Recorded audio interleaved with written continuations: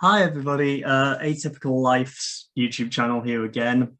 I'm here with Asa. I don't think you have a channel name yet, do you? Am I allowed to say it? Yeah, if you want to. I changed it to something more friendly. It used to be something, Oh, was it rude? it used to be something rude. Oh, Now it's dear. just AC Spud. Okay. We're here with AC Spud and we're here with one Bill Baggs. Hi. Thanks Known, for having me. you're very welcome. Known for Bill and Baggs video, Bill and Ben videos. Sorry. Correct. Is that still what it's under? If you don't mind asking, it is. Yes, I mean, the Bill and Ben bit is not often used, but that is what it stands for. Yeah, but I think people just know it as BBV. So Yeah. I mean, it always catches me out because, of course, Ben was my wife's nickname when she was a kid. So it was, a no-brainer, really. And also, it sounds similar to BBC. Oh, I was. Well, you've been around for nearly 30 years. Afraid to say it. Oh, yeah. Go on, yeah. Oh, absolutely. If it's fair, why not do it? But you've been around. Well, I mean, why the letter V then? Video. Okay. Yeah. That told you, didn't it? Just of all letters. Yeah. Just. Oh, but yes. It could have been A to go with the C thing. They're often You've been around for 30 spend years hours now. on it. I don't think it's that interesting, personally. No. But what is interesting is this company has been around since 91, 92, is that right? 91, yeah. 91. I mean, interestingly, before that, and this is interesting in itself, of course, I was responsible for audio visuals. And that seems to have been where you can track back most of the Doctor Who fans who are now producing content like Big Finish. I mean, so Nick Briggs, Gary Russell, Jason Hay-Gallery was in one of those plays. Yeah. And so that seems to have been the genesis. And I'm proud and glad to be able to say that I was part of the initiating energy behind that whole development. I mean, it delights me and surprises me that there are websites devoted entirely to that era and everything that we produced. Yeah, there's a great there's an entire chunk of the TARDIS wiki that is just about things that aren't officially BBC produced things. So we're talking Virgin New Adventures and things like that. It's a really good read. And it's good for me because I don't remember half of the stuff. So I'm so pleased that somebody has gone to the... I mean, it's like I was... I don't know whether you've heard of IMDb. I'm sure you have. Yeah. I think the initiator of that, I think I've got this right, is a Doctor Who fan.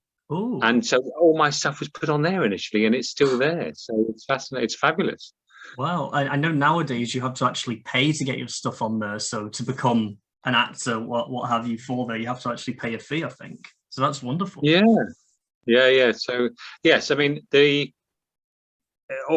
despite the fact that Doctor Who fans are very good at laying into things that are produced. Absolutely. I've got used to that for years.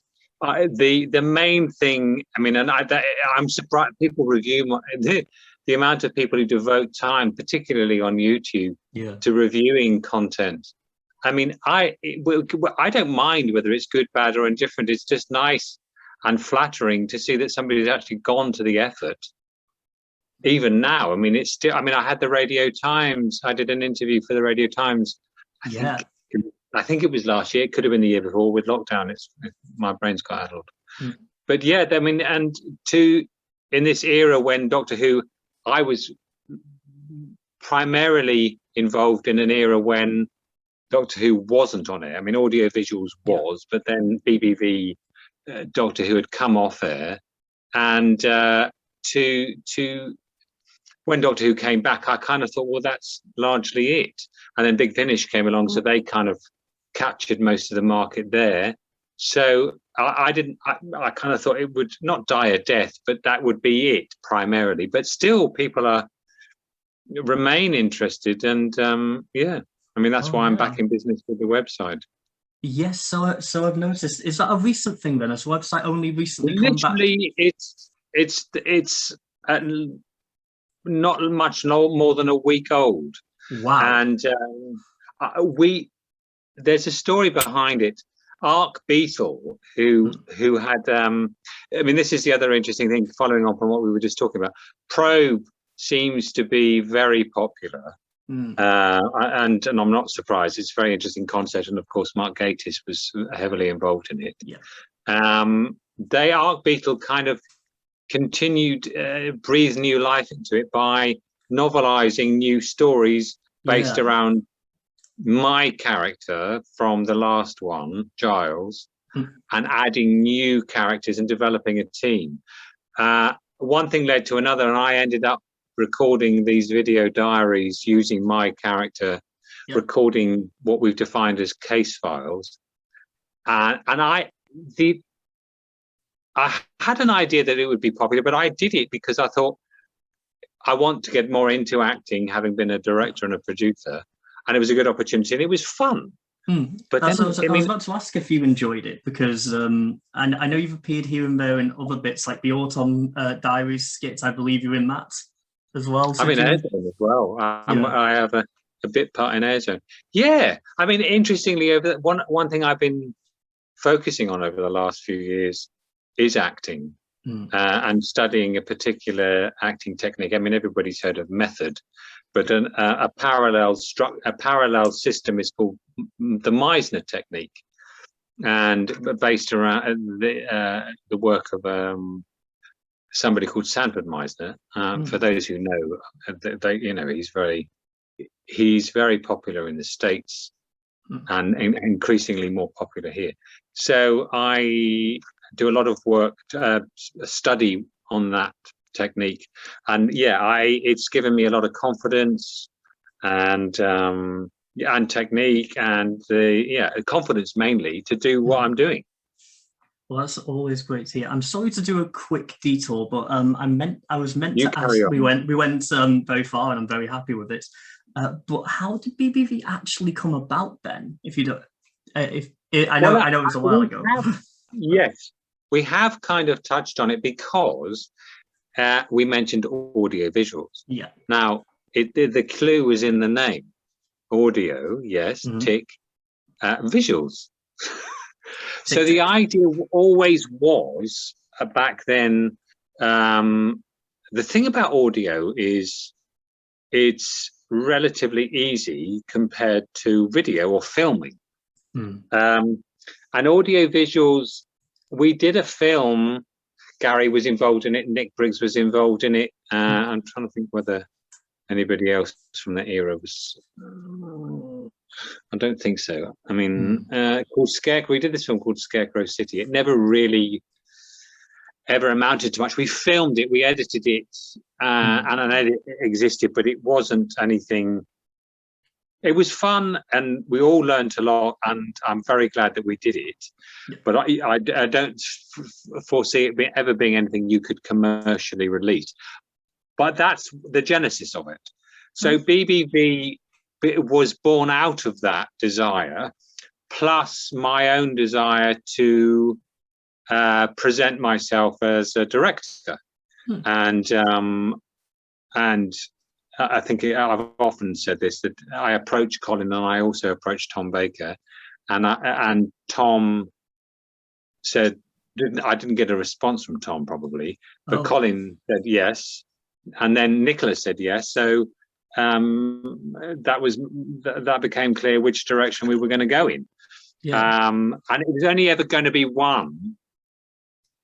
But then always in the back of my brain, there's some, how do you develop this thing? And then once I decided to sell Summer by Shadows, which was the first one, it became obvious that there was something akin to it, audio visuals, that could be developed, commercialized, and so that's where BBV. Oh yeah, Michael Wisher was involved in that, and that was fantastic. Yes. because he'd very kindly during the audiovisuals days, Peter Miles, Michael Wisher, Nabil Shaban, a lot of Doctor Who talent were giving their time for free. So it was good. I mean, I was very glad to work with Michael and give him some paid work with BBV. It was like a bit of a payback.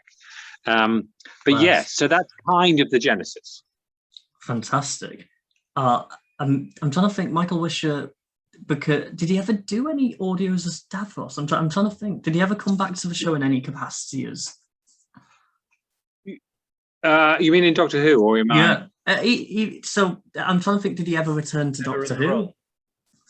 No, I don't think he did. I think that was the last. I can't remember. It would have been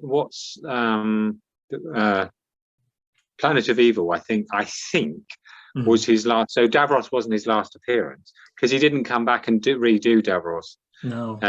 Of course, as audiovisuals fans, he did do Dalek voices for us, and I was forever getting him to do Davros impersonations.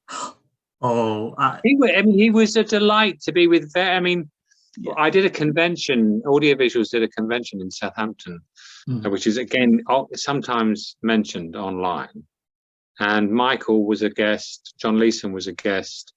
We had Dee Robson, who was a costume designer, or is the costume designer. So yeah, Michael was. I mean, just there are some people you work with from that world who are genuine. I mean, they're all good to work with, but some are genuinely a delight, and he was one of them. Wow, I can imagine. He seemed lovely in all his interviews. Yeah. But on that note, you've worked with a lot of people from the Doctor Who universe, bit from the classic series, or people who went on to be in Modern Who. Yeah. We went into a bit about Colin Baker. What was it like working with people like Peter Davison and Nicola and Sylvester? Yeah.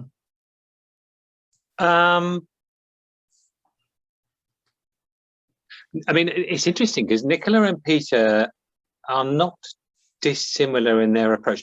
Peter, I thoroughly enjoyed working with because although I was very grateful that Colin said yes, I think Peter was probably even more established as a well-known face. So it was kind of, I felt very proud and surprised and delighted that he agreed to be in Airzone Solution, which is which was the first one. And I was obviously, not surprisingly, a little bit nervous, but really excited. And I learned a lot from watching how he worked. And back then, I mean, I don't know what it's like with how he works with Big Finish, but he's a very friendly person. But whereas Colin is very avuncular on and offset, Peter would tend to be more private offset. I was always amazed at how quickly he could. He didn't, when he arrived, he gave the impression, I don't know whether this is true, that he didn't necessarily know the scene lines-wise, but once you'd rehearsed it once or twice, it went in for him very quickly. And it was a very interesting, because I worked with Caroline John, both of them, and they were polar opposite. Caroline needed to learn to have the whole script, not just her part, but everybody else's part in her head before she could start. Peter was the other way. And he described this, and he's mentioned this in a documentary, and I always find it fascinating, that for him, acting is like walking a tightrope. And if you can stay balanced and maintain a momentum and also staying in the moment, you're fine. But the moment you teeter, and if you fall, then, well, everything goes tits up. But I like his style of acting. I mean, he's not my favorite Doctor, but other things that I've seen him in, I mean, like Peculiar Practice, I've always admired his method. I mean, not that you see it, but I like his naturalistic style compared to Colin's. Oh yeah, I mean, I like Colin, but it's very different. It's very big in comparison. And that was one of the things I tried to do with The Stranger, which was to soften and make it more emotionally drawn, which I think we achieved. I think this is only a personal observation. The way that you characterized him in The Stranger is closer to how he is as the Doctor in Big Finish than he was in the show, if that makes sense. Interesting. Yes. I think I think doing The Stranger, this is not me blowing my own trumpet, but I think he got to see another way of doing it. Yeah. I mean, and it's all him. I mean, it's not nothing that it's not in him to do. So I think I mean, I'm just about to release the JNT interview that I did for the Doctor's documentary, an uncut version, and I'm listening to it before I join this soon. I'm watching the DVDs just to spot check it, and JNT says when he's talking about Colin that he felt that Colin was just getting into his stride before he was axed, and he would have loved to have seen, and that's kind of what The Stranger was, I think. Definitely. There's I'd say it's always nice to see someone like Colin get another chance to do it when something is and again with Sylvester, when something has been cut short, that he gets another opportunity to finish up elsewhere. Sylvester's another, I mean, Sylvester is a live wire. It's interesting because John Pertwee and the two of them were very good friends, but I know John found him particularly challenging to work with because he'd be constantly improvising. I mean, Sylvester talks about it quite openly and it's referenced in the Blu-ray behind the scenes, and that was Sylvester. It didn't bother me actually because I quite liked the way he works, kind of fresh and always inventive and sparky. I mean, but John found it a challenge. But no, it's interesting. Yeah, he's another. I mean, he's another great actor to work with. And I know he came back a few times, didn't he? So did he do something with Probe as well? Is that right? Yes, he's in Zero Imperative. He plays he's kind of, villain is not quite the right word, misguided. It's where he has his long hair, which I think really suited him, actually. Yeah. So that would have been around the time of the TV movie, maybe just before, is that right? Before, yes. Right. Yeah. Very strange. And of course, for the TV movie, he did. I remember Sylvester telling, we were at a convention, I think it must have been Coventry, and Sylvester and I were having a private conversation in the bar, and he told me they're bringing it back. So obviously, because he's in it, they'd obviously approached him before it was announced, and he told me, and my first reaction was, take a camera. which is where, and which of course he, because we're good pals. He was. I mean, it was a really interesting thing for him to do. So, yeah, that's where Bidding Adieu came from. So with that, did you think about working with Paul McGann more than that? Off the top of my head, he didn't do any Probe or anything like that, did he? No. Funny enough, I've worked with Paul's brother a couple of times on other things. And I've met Paul at conventions and we've chatted, but I've never crossed my mind to approach him actually. I don't think. No, I don't think we have. I mean, for me, a lot of what I do, although as a kid, I was a huge Doctor Who fan, and Tom Baker was my Doctor. Although I liked John Pertwee and I liked all the ones since, but he was my era, if you like. The new series, although I can admire it and I'm glad it's back, it's not for me anymore. I don't feel it's not my kind of thing. It's kind of gone in a different direction, and it's appealing to Torch would be more my kind of thing. I mean, if ever I was to produce Doctor Who, I mean, I don't know it's interesting. I don't know what the brief to the producer is, but to me, it's pitched at a younger, more broader audience. I would go for something a bit darker and a bit more mature. But I don't know whether that would be a proposition that anybody would be interested in. I'd be interested to find that out myself, because I feel like certainly in Stephen Moffat's time, they leaned at one end between fantasy, kids show, and then in the other end you'd have World Nothing Time, the Sidemen story at the very end of Capaldi's time, where that's some of the darkest Doctor I've ever seen. Yeah. But then you move on into Chibnall's era, and I don't think they've ever really gone very far with things other than social topics, which I'll always applaud, but they haven't really gone with the darkness of Doctor Who that they can do, you know? No. I think got blown up, but they didn't really. It was off screen. There wasn't that much horror to it. Yeah, no. It's a big thing to take. For me, the interesting thing is the duration of the episodes has an effect on the way the plot unravels. Yeah, and B, also the material. I mean, it's interesting. They must be making some money out of Doctor Who, but they don't spend it on the show, because you can see that the brief for the script is you can have 3 or 4 other main characters in your story, and every story is constructed around. I mean, the CGI budget must be massive. Yeah, but it shows that everything is written around this very. It exposes the limitation. I mean, I've got no problem with Jodie. I think she's great, but it's just not on a content-wise. It's not my cup of tea anymore. Oh no, I completely get that. What does it seem like they misuse the budget for?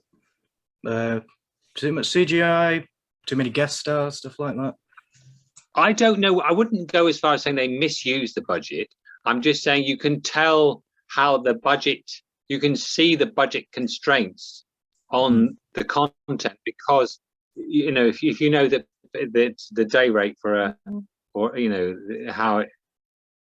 how you pay a main actor, you can see the limitations through the cast. I mean, it's probably not something to explore particularly, but it's just interesting to me. And it's the same from story to story. I wonder if anyone feels like having the narrative so necessarily stuck together for 13 episodes is a problem now as well. I think it was okay in Russell T Davies's time, but having like an overarching theme seems to actually constrain the show now, in my opinion. Doctor Who stories can last as all kinds of time episodes. Some are really good with just 45 minutes. So if they played more how much Doctor Who could vary, I think that would really help. Yeah. Imagine a 4-parter again. Oh, that would be wonderful. Just consider it normal. Yeah. So I'd be a bit disingenuous not to ask about this, really. So in a lot of your films, you show things from Doctor Who. So you show the Autons, Liz Shaw we mentioned earlier, Zygons, I guess. I haven't looked a lot into that one, but you used Zygons before. How do you go about getting the rights to such things? Because I know they don't primarily line with Doctor Who. They're not with the BBC, those rights. How do you go about getting such things? I don't know whether I was the first to do this. Maybe it was real time. I don't know the chronology of it, but I certainly capitalized on it. Liz Shaw was simply an approach. I mean, obviously that was in an era before anybody had ever thought that the show might come back. So it was just a direct approach to the copyright department at the BBC at the time. And I still got the memo that they sent me. And then, I had a very good relationship. I mean, the Rani's a very good example. I had a very good relationship with Pip and Jane Baker. And we discussed. I can't remember the detail, but we discussed the Rani and the possibility, because Big Finish had approached them, right? And they knew me personally, so they offered it to me, and they checked. They knew that she was her creation, but there was something in their contract around a time limit, a duration of time before they could do anything else with it. Yeah. K9 is an interesting one because there are some that are jointly owned, like the Daleks are jointly owned between BBC and Terry Nation's estate. Yeah. But this and Cybermen too, between those two estates. Yeah. And K9, that was just a that was just a direct approach, and we just got permission. Incredible. And it's interesting because if you take the script description, it even describes the font of K9. So the BBC could not claim anything on it because they couldn't claim it. Like with the Dalek, it was the in-house design. So although there is a description, it's not as specific. But K9, the font is the actual font is actually described. So yeah, I mean, I just had balls and made the effort to approach people or people on the BBV team at the time. I mean, I've got letters from Robert Banks Stewart for all of the Zygons, and is he Crinoids as well? I think so. Yeah. Well, we just approached, and Robert Holmes for the Sontarans and the Autons. So just direct approach, and it was just having, because this is at a time when the Doctor Who was not on air. This is an interesting story. Who was the exec producer? So Russell's showrunner. Is it Julie Gardner? I want to say Julie Gardner. Early on, she phoned me up. Wow. Oh no, she did that. That was something else. I had a phone call from the BBC team asking me whether they could use the Autons. Really? At the beginning, when Doctor Who came, yeah, because they discovered that I had the rights. So you could have said no. Wow. Well, yeah, with that, yeah. Oh, that's Thank incredible. you for choosing Zoom. This meeting no longer has a time limit. Oh, there we go. That's good. Oh, great stuff. Great stuff. Yeah. Could have asked for anything. Yeah. Give me a cat. Yes, but they have to be blue. Yes, and they have to have BBV written across their foreheads. Oh my God, that would be great. But speaking of things that work outside of Doctor Who, I don't know if you were the first to work with them, but Lawrence Miles and Faction Paradox got an audio series under BBV, didn't they? As the Faction Paradox Protocols. We were the first. I mean, I'd never heard of Faction Paradox, to be honest, but Paul Ebbs, who was working with me at the time, did, and Paul was, being the fan that he was all over the Virgin books, which is, I think, where a lot of the Genesis, like Lance Parkin, Lawrence, that they'd all had some connection from there, and Paul made the approach, and that was, I mean, it was very easy. We just, I mean, absolutely fascinating, unique. And I'm hoping that maybe we could do something more with them. And I think the rights have been sold. Lawrence doesn't have anything to do with it anymore. I understand. Might be right. They've gone for, I did a video on that as well. I'm trying to keep up with where the rights actually are nowadays. Is very difficult because they've been, I believe they're with a company in Australia now called, I can't remember for the life of me, but they've been sold off several times since they last had anything to do with them. Yeah, right. But they are. Well, nobody's approached me about mine. I just continue to sell them. I can imagine that you still own distribution, though, right? So I imagine you're okay either way, right? Yeah. I mean, I've got no. I mean, yeah, no issues on that. And in your ones particularly, didn't they use Sontarans? Is that right? The first one, yeah. I mean, it's a lot. It's funny because obviously having just set up the website and relaunched, launched a new BBV website. It's now all available for all of that, because most of them, my 40 CDs, the CDs have all sold, so it's largely download now. There are a few titles that still exist on CD, So if I remember rightly, I know it's Shadow because it's on the cover. Shadow work. I can't remember what it's called off the top of my head. But yes, they do. They're in there. Yeah. I don't know why they were a favourite of his. I think it was just simply boils down to Lawrence liked them as a monster. I know later down the line, he started using the sirens a lot as well. I can't remember if that was with BBV though. I just have this image of a cover I don't art. think so. Right. Yeah. Right. I wonder if who would they fall with, because Robert Holmes wrote that under a pseudonym. So I wonder if he just yeah. Very interesting. Yeah, rights is a very interesting unraveling that kind of thing is because obviously the BBC had issue, you know, the Daleks often throw up issues for there were the big debates with the new series, but they got it ironed out in the end. I think there was a rumor at one point that they legally had, I think it was after series 4 happened, that they were legally obliged to use them every year. Really? Otherwise, they would lose the rights back completely to the Terry Nation estate, so they couldn't promote them anymore. That's why you'd see things like a Dalek appear in Series 6, but they don't actually do anything. They just sort of destroy. There's like a destroyed casing somewhere, something like that. That rumor's not been proven yet? No. I don't think anyone at BBC would talk about it if it were true, if that makes sense. No, I mean, if I was a rights holder and I'd given the rights up to the BBC, I'd want them to be exploited. Otherwise, you give it to somebody else who does. Otherwise, you're not making the most out of your intellectual property, are you? No, exactly. It's amazing how long they'll hold on to rights just for the sake of it.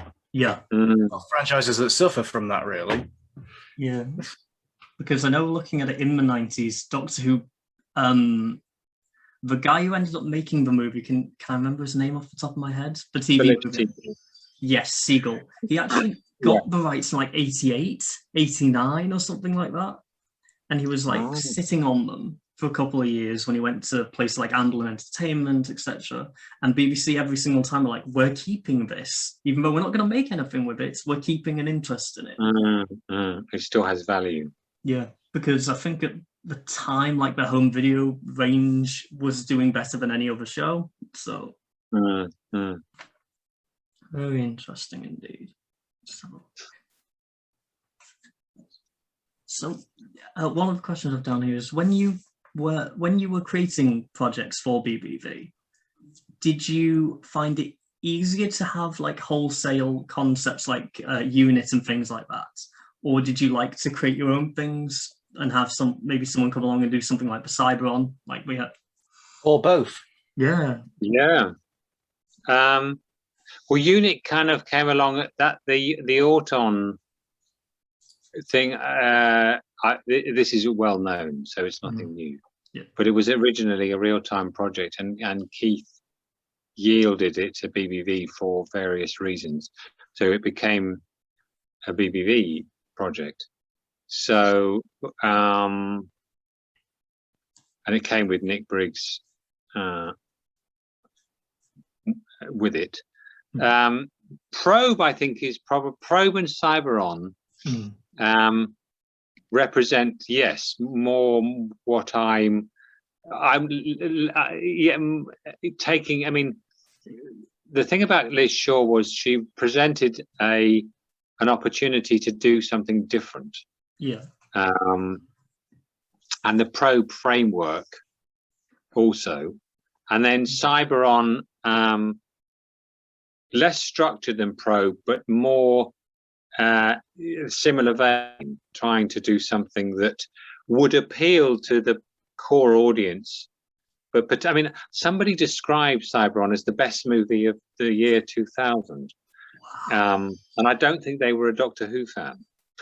Interesting. Now, okay, that's quite a claim. But I mean, whatever your view, whether you agree with it or not, for somebody to actually make that claim in the first place and not without having their tongue firmly in the side of their tongue is a huge thing.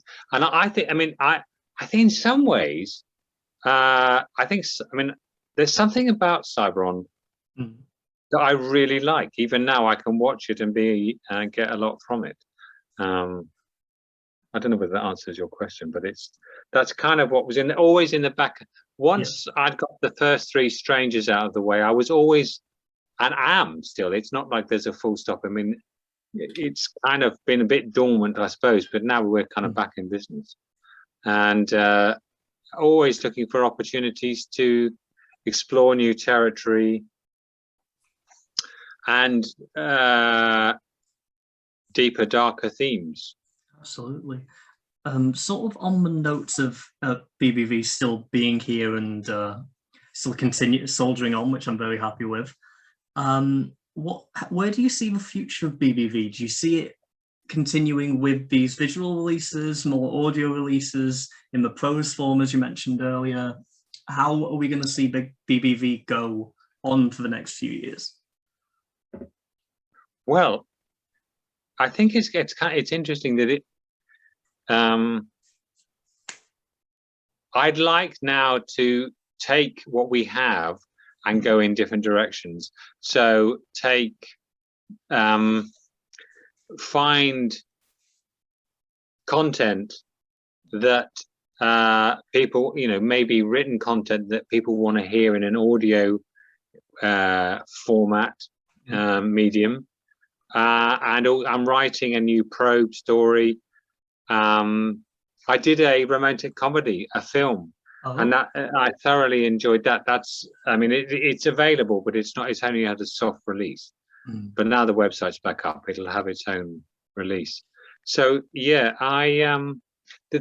what is interesting to me is I'm not interested in kind of agendas, but I do like something I was watching the Green Mile, the Tom Hanks movie about death row, and it's not a political thing.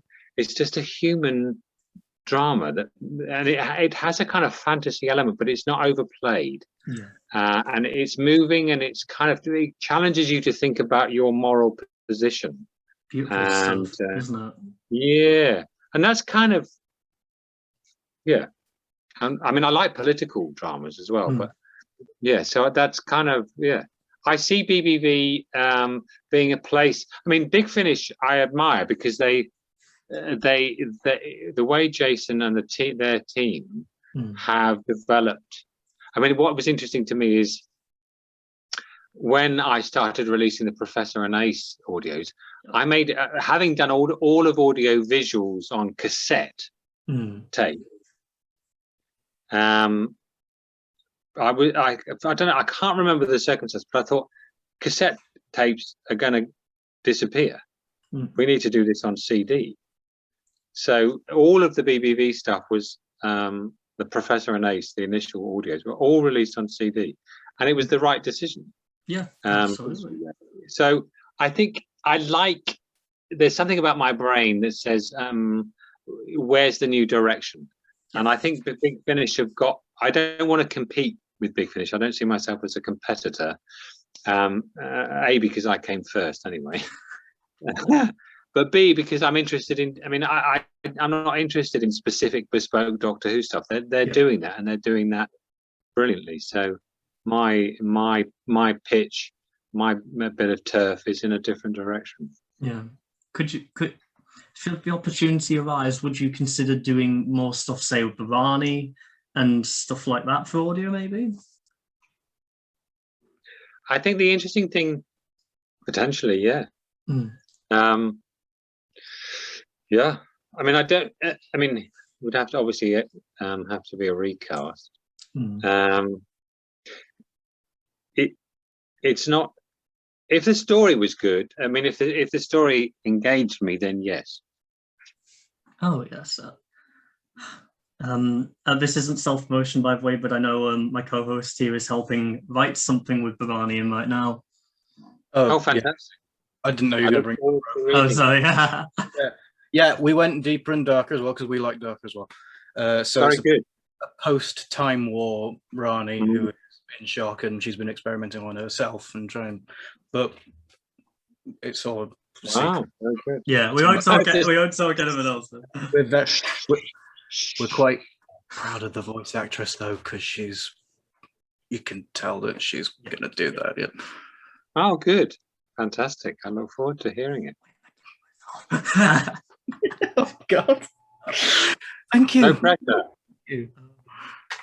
No pressure. Like you said, you got to have balls. Yeah. Yes. We're going to do it.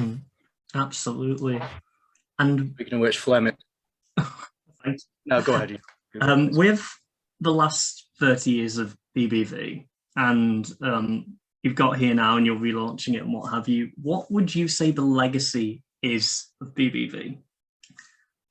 Don't know if that's too philosophical. Yeah, no, it's a good question. I think we were part of a team of fans and producers and professionals that kept things going. And I mean, with Autumn, we broke new territory with the CGI. With the Professor and Ace, BBV proved that there was an audience on audio, and that it basically, I suppose, Sylvester would describe me as a buccaneer. Basically, if there's a closed door in front of you, ignore it. No, exactly. It seems to me like a lot of smaller legacies as opposed to one big legacy, because there's sorts. The one thing about it is variety. Yeah. Because every And project. I suppose, yeah. I mean, the 30th anniversary, BBV. Yeah. Its own solution. 30th anniversary, BBV. It's such a strange thing to think that when you say Di Pier's own solution, it was in line with the 30th anniversary of something else, and now you're at that milestone. That's such an interesting thing to think about, right? Yes, one of those head things that play with your head. But yes, I've actually ran out of questions, but I'm very happy to. Well, I think you've done very well. I'm impressed. Thank you. I will say there's an absolute chance for you to plug anything you've got coming out soon at the end here, if you'd like. Yes. Well, mainly it's the website. Come and visit the website and fill your basket with goodies. And tell us. I mean, my email address is on the website, and I mean, if you've got ideas of things you'd like to do, ideas that you want us to look at, from anything, I can only say no, but I might say yes. So yeah, no, I'd love to hear from people, and also I'd be delighted for people to spread the word, because there's a lot to be done. Link to the site in the description, Flem. Yeah, definitely. Link will be there. There'll be a link to what's coming up. I believe you said you're bringing out the John Nathan Turner interview in full now, aren't you? Yeah, fantastic. Yeah. And the Giles, the shorts case files that I've been doing, we're going to bundle those together, and that's also now going to be you can pre-order that on DVD. Oh, fantastic! Great stuff. Well, other than that, it's been an absolute pleasure. Yeah, and likewise. This just came as a chance thing. I thought I might answer, and sure enough, you did. It was great stuff. Yeah. Well, I tell you, I have done a lot of interviews over the years. People have written books about BBV. They've written books about audiovisuals. I mean, it always fascinates me and delights me. And if ever I can be of service to those that have helped me, then, it's about supporting each other, isn't it? Yes, absolutely. Great stuff. I'd be as far as to call you a trailblazer at this.